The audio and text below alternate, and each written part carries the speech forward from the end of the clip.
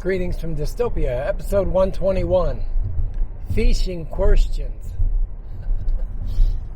I've actually completely recorded an episode already, but I couldn't get off of a political tirade, so I went and did the fishing, went and videoed the response to a question.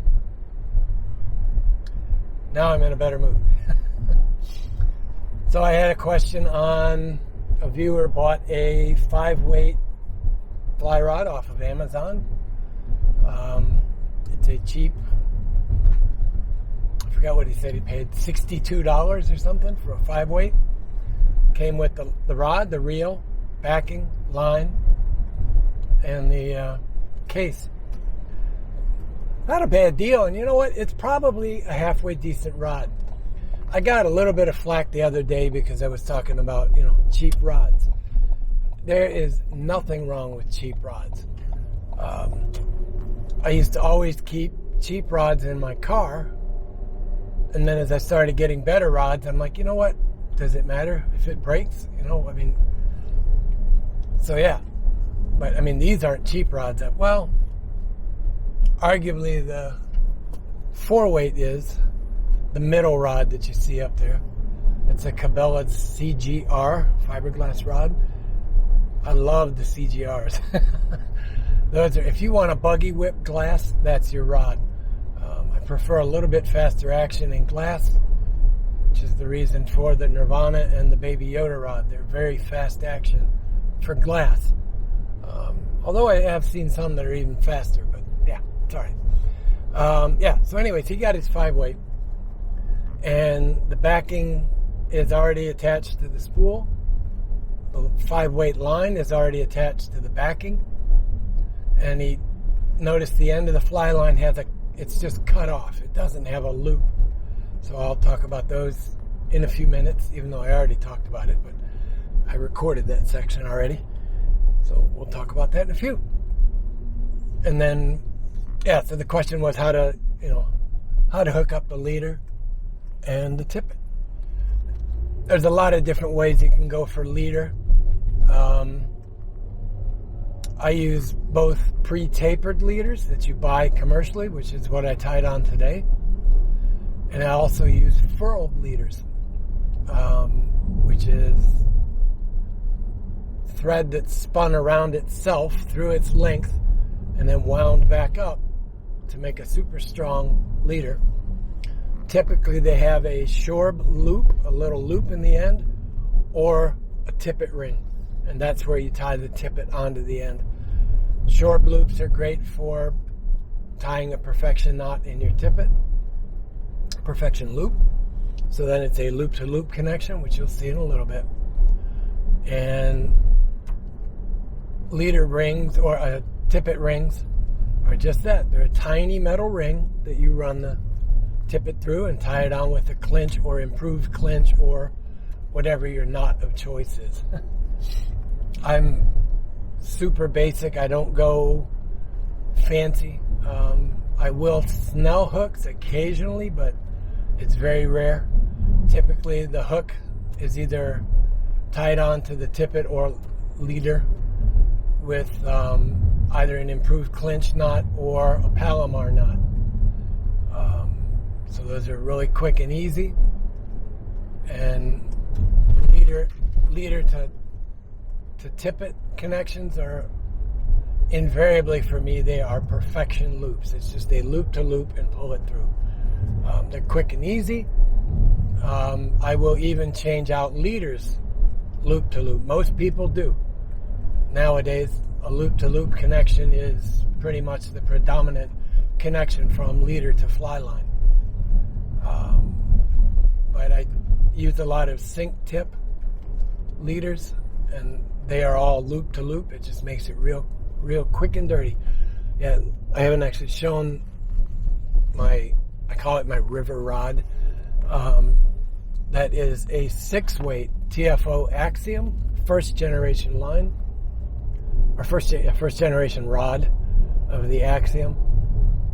And I forgot what reel's on there. I think it's just the Lamson liquid.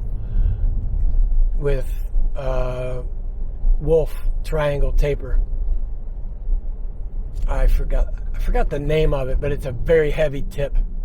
It's for a quick pullback and cast out. It'll get you right at 40 feet, 50 feet. A little bit longer once you get your cast down, but to me that is the best river rod I found, particularly for wading in rivers when I have a fair distance, but I only have time for one quick cast. I've tried Outbound, Rocket Tips, other brands. I don't want to go into brands, but I've just found that Royal Wolf is the exact grain weight I need for one quick cast and out 40 feet. So yeah, one of these days I'll bring that rod out and show you guys. Hey, I've yet to fish it this year. Haven't done any serious river fishing.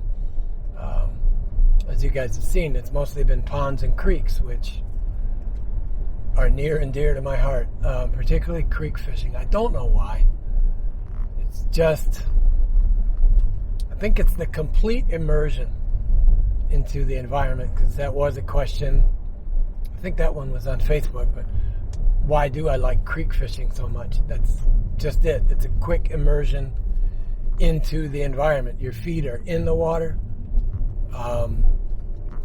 Most creeks around here are sunken down deep in a valley, like you've seen with Shadow Creek. So you are down in the environment that is the forest, the woods. That just, I think, gives me A, a lot of peace, and B, that deeper connection. I feel like, I don't know, it's kind of a Zen thing for me. It's hard to explain, but it's very calming, very relaxing. Grandparents out pushing the baby.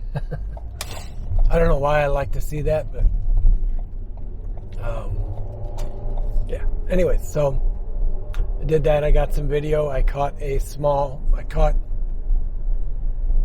four creek chubs and 2 green sunfish. Of the creek chubs, only one was small enough to fit in the tank. Of the sunfish, only one was small enough to fit in the tank. Even shooting a size 18 fly. I did see the bruiser today, so he's hanging around that pool. So I'm going to work on getting him. That is, a 10-inch creek chub would make my year. No, a tiger trout would make my year, which I stand a chance of catching here in 2 weeks. But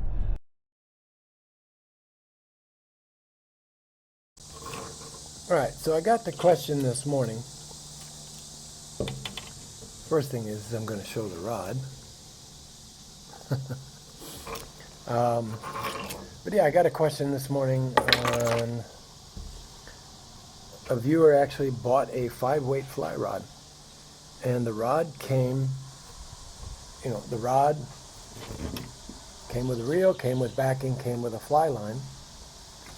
But he didn't know how to attach the fly line to the leader. I need to replace this leader anyways. It's a few years old, it's cracked up, it's torn up. So we'll work on that. Still plays outside.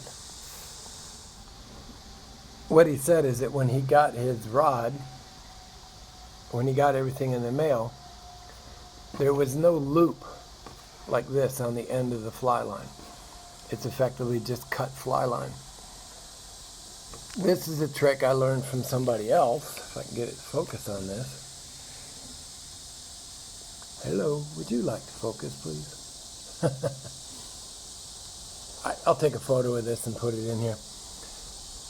What you can do, there's 2 ways you can do it. I don't have one of the other ones with me, but there's a end that you can actually put onto cut fly line that has a loop in it. It's made out of an expandable material.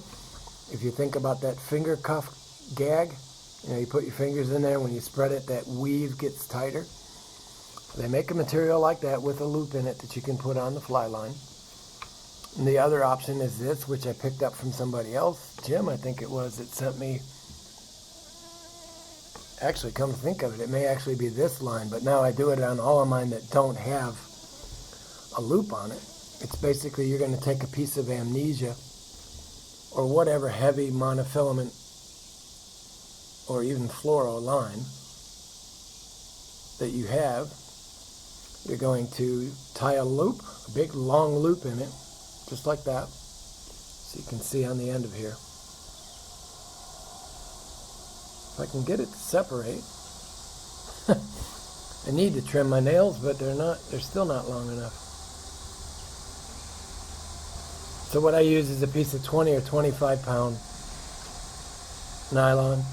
I like the color because it acts as an indicator in some circumstances. Boy, that is really hard for that to focus on. Maybe I put text behind it if it would help. Alright, I'll take separate photos and overlay them. But yeah, tie the loop into that material and then nail knot it onto the end of the fly line, like it is here. What I do is I seal up the end of that line first with gel super glue or UV ultraviolet glue and seal it up and then tie this in. I have several different fly lines. I've either used the 25 pound green or 25 pound red amnesia, and then your leader, or your leader or whatever, goes on with just a perfection loop. So let me get this part and I'll show you how to tie on the other line, tie on the leader. So I'm not endorsing a specific brand, but this happens to be the one I have in hand. So this is a pre-done leader at 6x, 9 feet long. I normally don't use 9-foot leaders. However, because I'm heading to the Driftless in a couple weeks, I will go ahead and put on a 9-foot leader and get it ready. Typically they're rolled up and the butt, the perfection loop, is what comes out first. Never trust these knots out of the bag. I always take my hemostats and just give them a tug and make sure that that knot is good. Well, it got knotted up as I was untying it. That took a little bit of work. So now you have the end. It's right here on a nail knot. I'll take better pictures of this in a minute. Like this whole end, I'll take a picture. All right, let me do that real quick.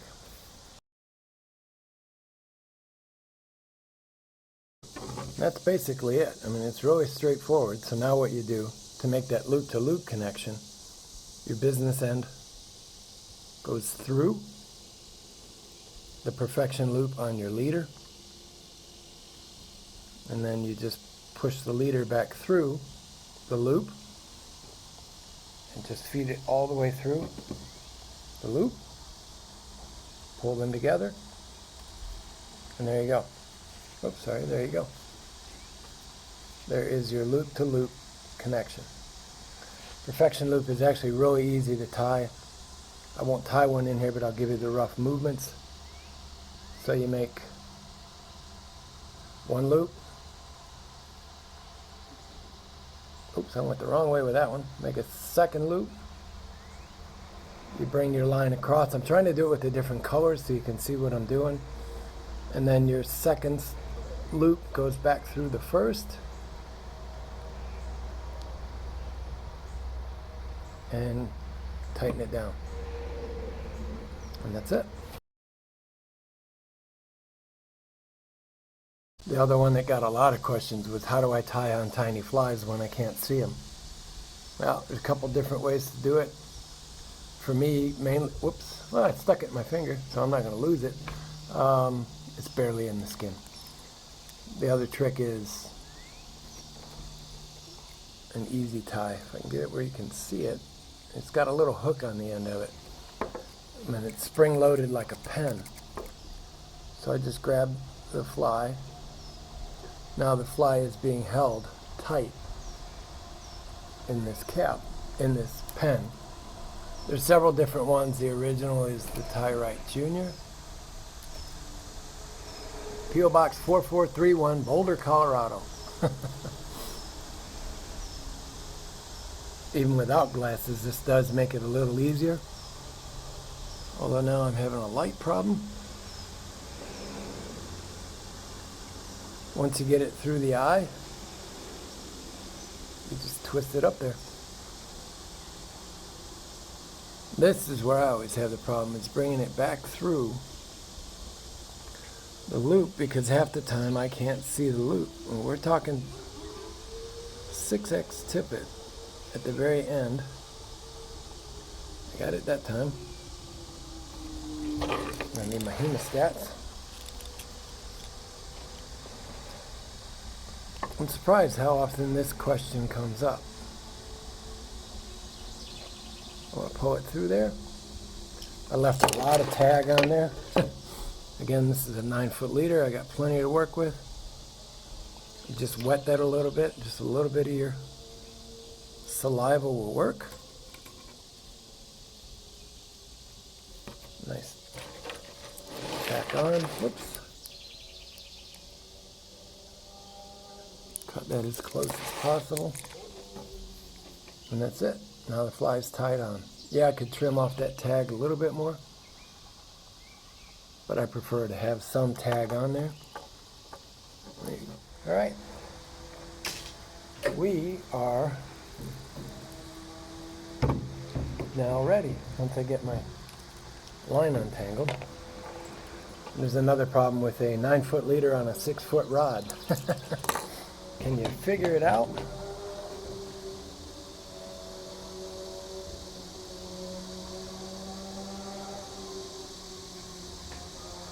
Always wondered why rod makers don't put another hook holder farther up the rod. But there we go. Just going to snug it up. We're ready to go fishing. Alright guys, we'll see you down at the creek. I don't want to expose it too much, but I'm going to try and sneak around here, see if I can. There you go. There's a ton of them down there right now. This is down in the hole. So let's see what we can catch. A couple bigger ones up there too, but I have my water tank ready. There's my rod.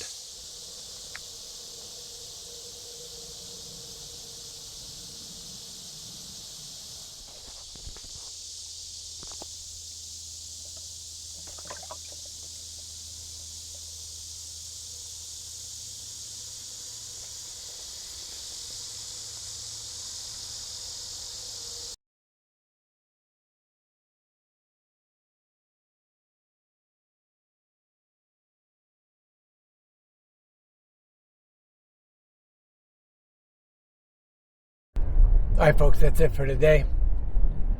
Almost back to the house here.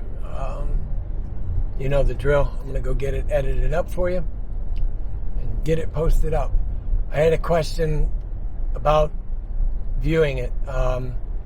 Somebody noticed that I posted up to my wall before it shows up on, the actual page on Facebook. The wall thing is just, I don't know, you could look at it as a gift for my friends, for the people that have been, positive and supporting. I give the video to you guys a little bit earlier than people that follow the page. If you want to get it the second it comes out, you know the deal. Subscribe on YouTube. Those people get it at the same time as Facebook. So, yeah. That's it for today, guys. Be good, be well, wear your masks. See you tomorrow. Bye-bye, guys.